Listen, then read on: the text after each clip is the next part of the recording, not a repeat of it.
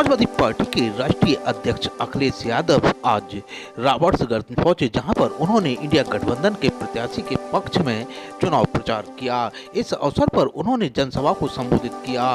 इसके बाद मीडिया से बात करते हुए सपा मुखिया अखिलेश यादव ने भाजपा सरकार पर करारा प्रहार किया।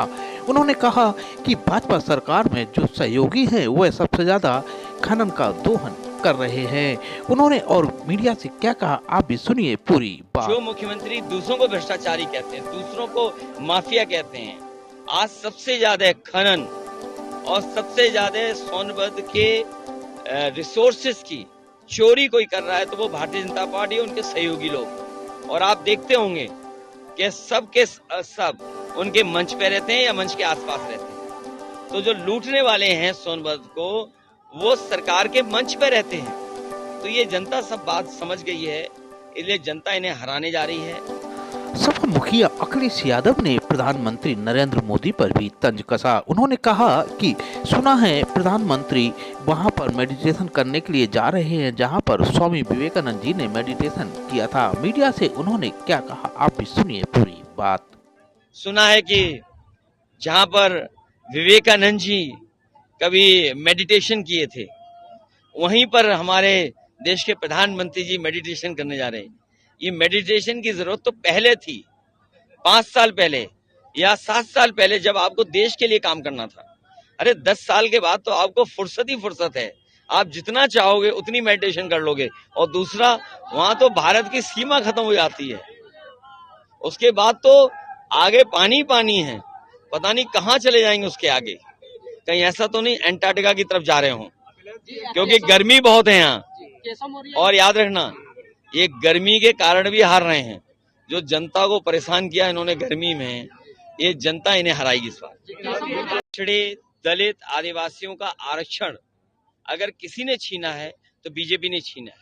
पहले पिछड़े दलित आदिवासी जो बच्चे होते थे, कंपटीशन में आते थे, वो सामान्य कैटेगरी में भी नौकरी पा जाते थे, उन्हें सामान्य मेरिट में भी शामिल किया जाता।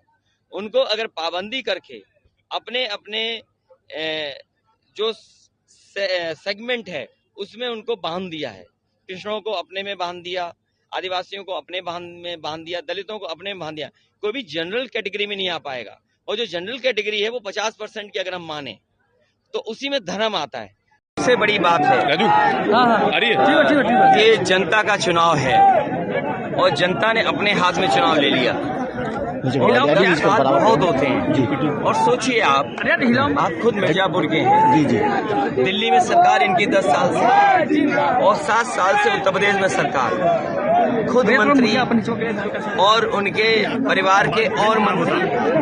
ऐसा बहुत कम देखा होगा कि पति पत्नी मंत्री हो, सब ताकत उनके पास हो, प्रधानमंत्री इतना इज्जत देते हो, लेकिन सोचिए जनता को क्यों निराश कर दिया।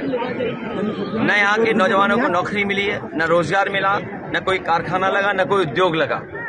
और जो चीजें मेडिकल कॉलेज बने का इलाज संभव है, वहाँ पे गरीब का इलाज संभव नहीं है। 400 पार का नारा दे रहे थे, संविधान बदलना चाहते थे। सोचिए इनके दल में वो लोग हैं जो संविधान बदलने का समर्थन करते हैं, आरक्षण खत्म हो उसका समर्थन करते हो।